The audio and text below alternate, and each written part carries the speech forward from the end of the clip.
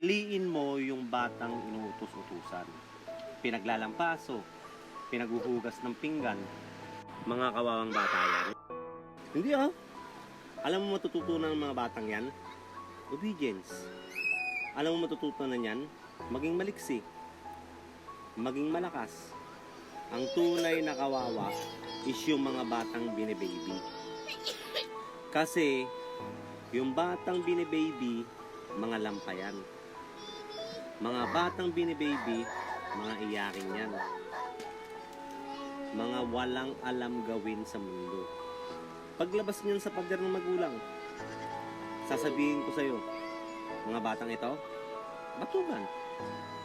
Tignan mo, mapagalitan lang ng boss yan, iiyak yan. Magre-resign yan. Gusto mo ba ganyan anak mo? Kung gusto mo umasenso yung anak mo, bigyan mong gawaing bahay. Matinding pundasyon yan. Para makatikim ng tunay na buhay. Yan batang yan, mamili ka. Malakas na bata o mahina. O ikaw, kapwa o magulang. Ikaw ang pipili niyan. Bibihin mo, lampay ang anak mo. Turuan mo ng tunay na buhay. Aasenso yan. Kaya, Kuya Luke, kung nararanasan mo yan, okay lang yan. I'm so proud of you.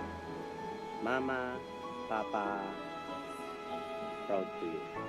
Kaya, Kuya, go lang.